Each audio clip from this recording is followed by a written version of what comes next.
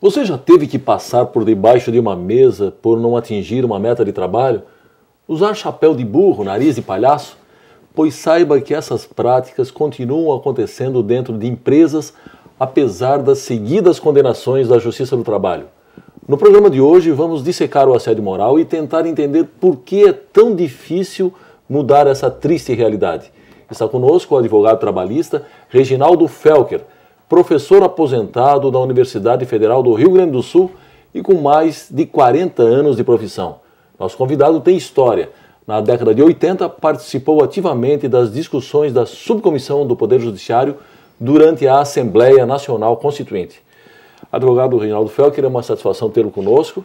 Prazer é meu. Bom, vamos começar perguntando por que o ambiente de trabalho ele tem sido aí palco constante da chamada violência moral nos mais variados níveis. Eu tenho a impressão que são duas vertentes de origens. Uma é das grandes empresas, outra do pequeno empregador. Grandes empresas hoje estão dentro do projeto neoliberal, sujeitos à Santíssima Trindade da teologia neoliberal, que é competitividade, produtividade e lucro. Sim. E, em função disso, são elaboradas condutas que não se preocupam com o problema da honra do trabalhador, do seu bem-estar, dos seus direitos humanos fundamentais, etc, etc. Então, as grandes empresas estão dentro desse contexto. Agora, nós temos o pequeno empregador. Esse normalmente tem uma outra origem. E a nossa histórica, atávica origem patriarcal, escravagista ainda, que o tomador de serviço é o dono do escravo, dono do trabalho e dono do escravo. E no emprego doméstico também, aquela situação em que normalmente as empregadas domésticas, as escravas e até posteriormente, era a iniciação sexual dos meninos, dos rapazes, das famílias. Isso trouxe assim, um desrespeito muito grande e é difícil de tirar isso da mentalidade. Então o pequeno empregador ele pensa assim, mas eu pago o salário, por que não posso chamar de burro, ou de cavalo, ou de qualquer coisa assim? Então esta é uma situação. É outra situação que eu acho que essa é até mais grave para enfrentar, que é o problema das grandes empresas, que buscando maior lucro, buscando maior produtividade, fazem qualquer negócio. E aí vem esse problema de botar orelha de burro no empregado se ele não produz se não tem uma determinada produção por mês, etc, etc. Muito bem, o senhor entende que o abuso do poder diretivo por parte do patrão, ele pode aí se confundir com assédio também? Sim, normalmente nós temos duas situações. Uma é o dano moral em si, outra é propriamente o assédio. São duas coisas interligadas, mas diferentes. Quer dizer, se um patrão despede imotivadamente, no ato da despedida, ele comete truculências, ofensas, isso é o dano moral, simplesmente.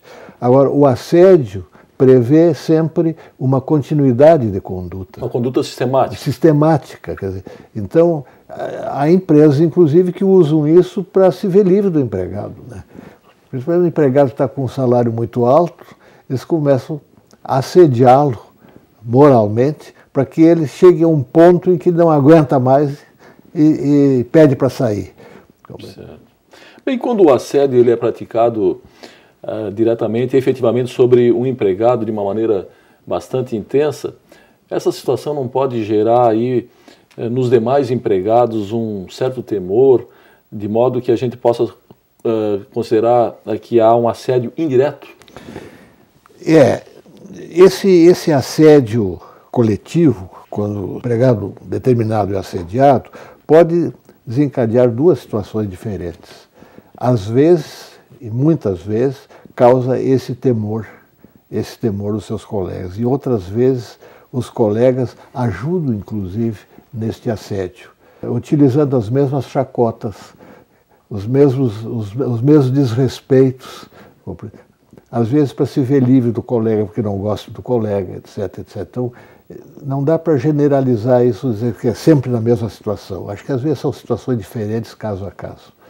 Muito bem, o senhor identifica aí um perfil característico aí no assediador e também no assediado? O assediador normalmente é um narcisista com complexo de inferioridade que ele procura superar projetando uma situação de desagradável para o assediado. E o assediado normalmente é uma pessoa de índole mais fraca, que se deixa levar por certas situações, não reage na hora H, e que é muito comum é o temor da perda do emprego, né? Certo.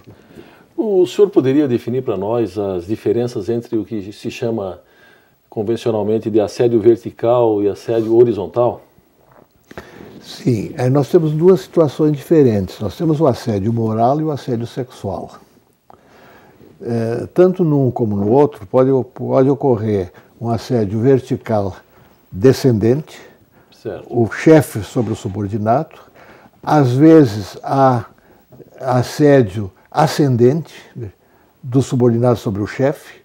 Isso ocorre às vezes mais frequentemente no serviço público, onde eles querem se ver livres do chefe ou alguém quer o cargo dele, começa a estimular isso. E o vertical, o horizontal é entre colegas.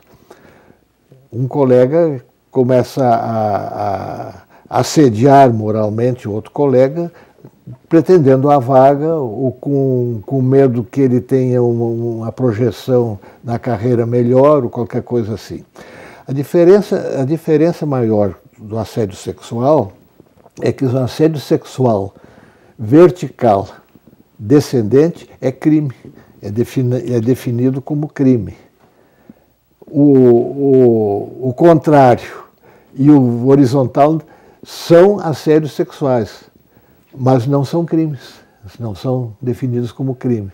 Certo. Então, tem as consequências da despedida indireta, por exemplo, da indenização, etc., no âmbito trabalhista são iguais. Agora, criminalmente, não. Certo, há uma diferença. Há uma diferença. Bem, nós precisamos chamar um rápido intervalo, nós voltamos em seguida. É só um instante.